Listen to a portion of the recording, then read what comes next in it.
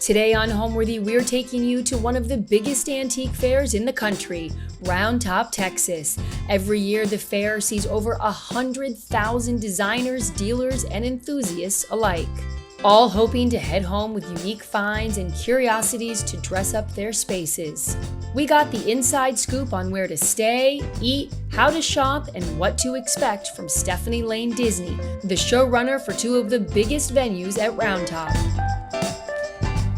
Hi, Stephanie. I'm so excited to be chatting with you about Round Top.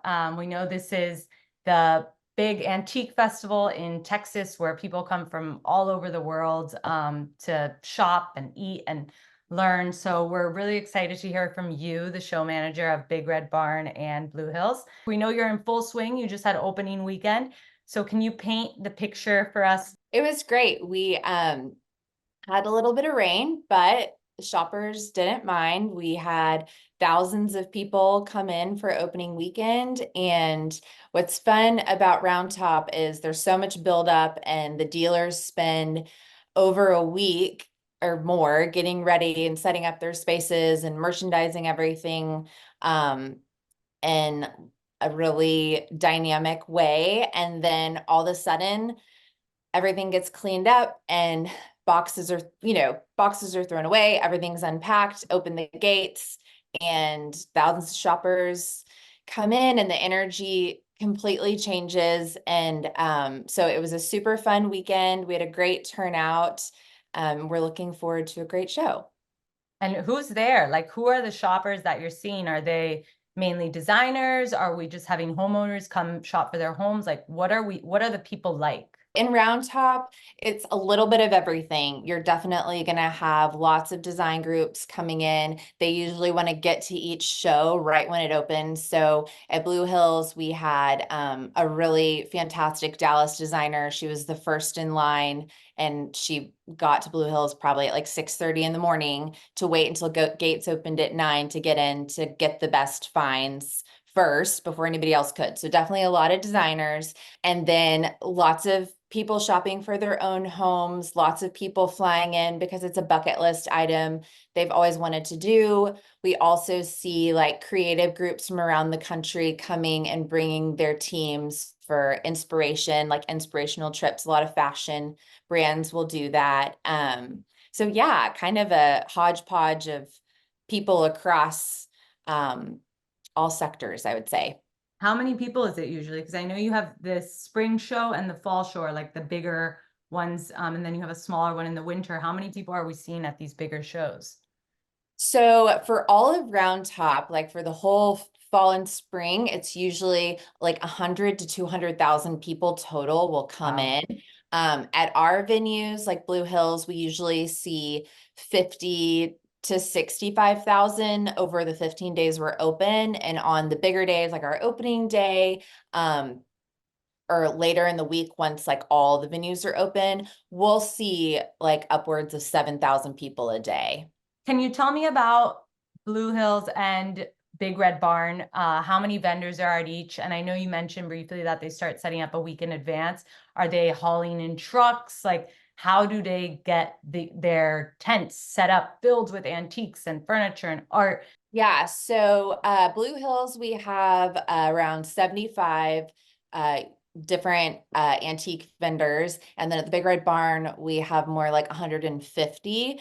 The difference is Blue Hills is pretty sprawling. Most dealers have a fairly large space, square footage wise, where at the Big Red Barn, the spaces tend to be a little bit smaller.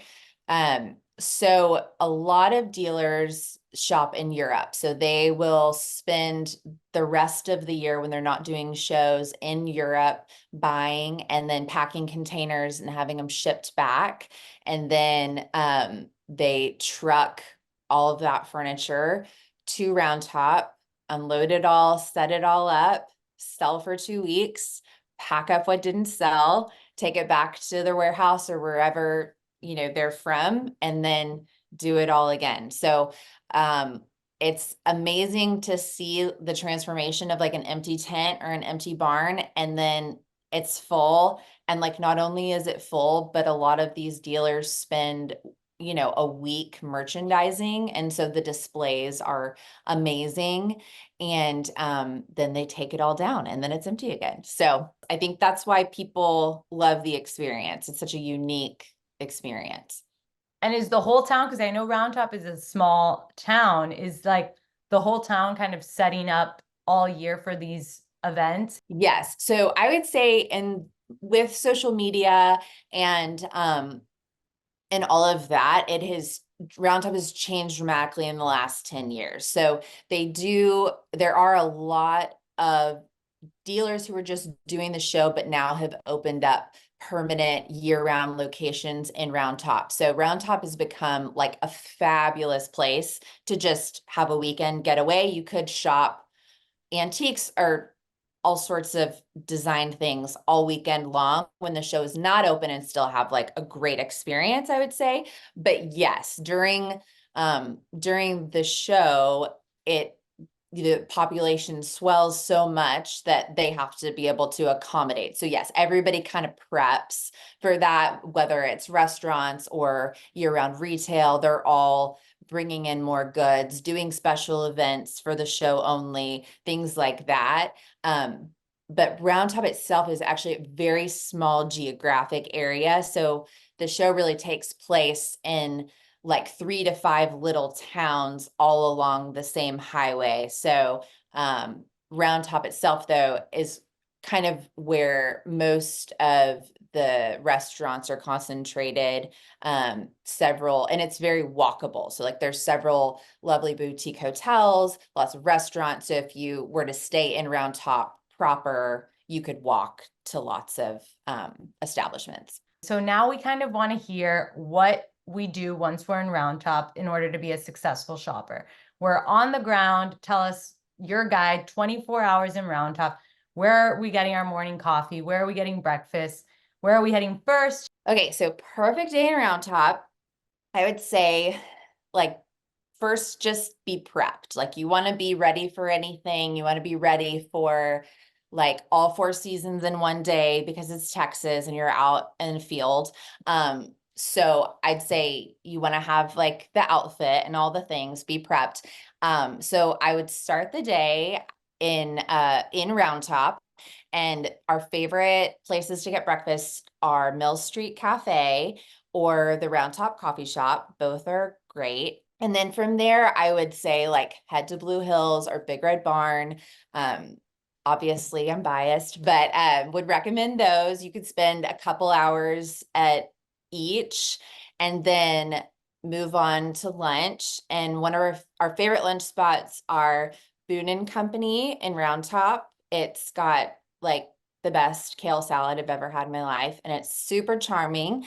Or if you want to go a little more Texas, you could go to Merritt Meat Co., which is fantastic barbecue, and that's also in Round Top in Hinkle Square. So those would be those recs. And then for the afternoon, there's a great little, you can kind of choose your own adventure. I would say if you want to dig and like go find treasures that might be super affordable and you're good with digging to find it, I would say like venture down to Warrenton where you can park and then just walk these huge fields full of tents and like 1,000 vendors probably.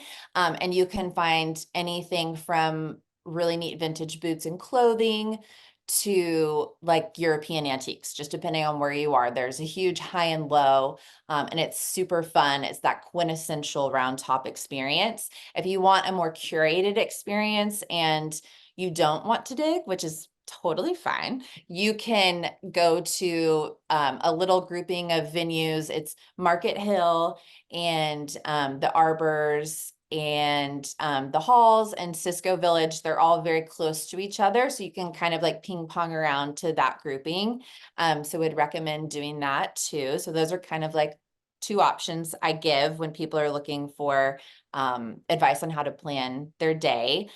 And then I would end the night going back to Round Top. And if you want like a fancy night out, I would go to Lulu's Italian. It's the loveliest Italian restaurant and they have a beautiful bar attached to it. So that's kind of the the fancy option. And then if you want to go like quintessential OG Round Top, I would go to Royers, which has the best fried chicken in Texas.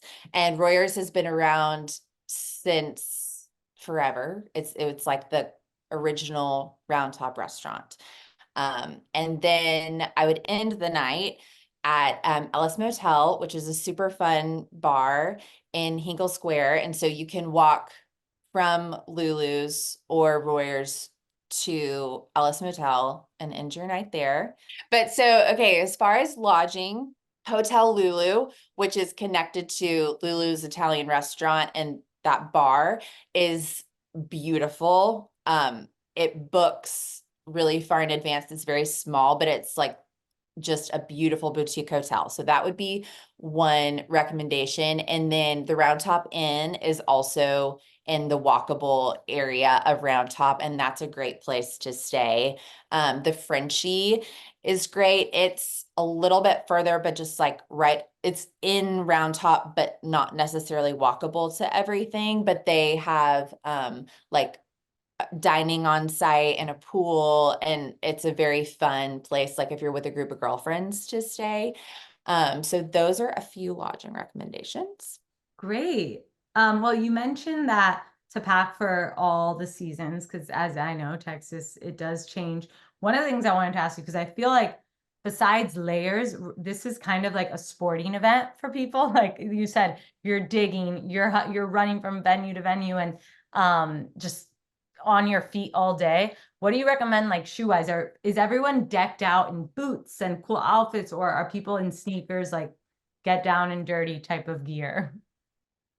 So you'll definitely see everything. There are definitely women ready to shop, and they're like in sneakers, rain boots, and workout clothes. And they are not, they're going to get their shopping done no matter what. They've got a measuring tape on their belt, but Round Top fashion has definitely become a thing in the last several years. So you will see groups of women dressed to the nines, and they're like Texas chic, lots of cowboy hats and cowboy boots and cute dresses. And all of that too. So my advice would be, chic function. So hats are very functional because there's not always a lot of shade, and you're going to be out in the sun, even if it's not hot. Like Texas sun is brutal. So would definitely recommend a hat. And then shoes you can walk in and that you don't mind getting dirty, because a lot of the venues are really just a cow pasture. And so there's fire ants, there's mud, there's gravel, uneven surfaces. So high heels, flip-flops, not recommended. Would definitely go with closed-toed shoes. Boots and sneakers are perfect. So what are some of the great finds that a shopper can expect to come across at Round Top? Like, what are some of the items that people are selling? Is it mainly furniture? Is there a lot of art? Is it mainly antiques? Yeah, so Round Top will always, I think, stay very solidly in antiques and vintage. That's how it started, and I think it will always be the core of the offerings. But you can now really find anything and everything. So art, home decor, new furniture, clothing, jewelry. But I would say what's really unique about Round Top is that you can find so many unique things you've probably never seen before. And hearing stories about pieces from dealers, most of the dealers are very knowledgeable. And so they can tell you why a piece is unique and where it came from, the origin story. And I think that is something that shoppers now, especially like younger generations that want to shop more sustainably, like they're very interested in that. So I feel like that is the element that Round Top has to offer. So much of that condensed into such a small area, and available to like a mass audience. I would just say, like, if you've never done it before, plan your trip in advance, because lodging tends to book 6 months plus out. Make reservations at restaurants when you can, because at the end of the day, the town can't necessarily sustain everybody who's coming in. So you'd be looking at like long wait times if you don't have reservations. So that's what I would say. Those are kind of my top tips, and to like allow yourself some cushion time so you can like go back and visit something that you really loved at the end of your time, or spend more time somewhere. Like always maybe plan a little bit more time at each of your stops just in case. And then if you love something, buy it, because it won't be there when you go back. Things sell out quickly. Things sell out quickly, and if you think something's a good deal, it probably is. So snap it up while you can. Thanks for watching. Be sure to go to homeworthy.com for exclusive content, shopping guides, and so much more.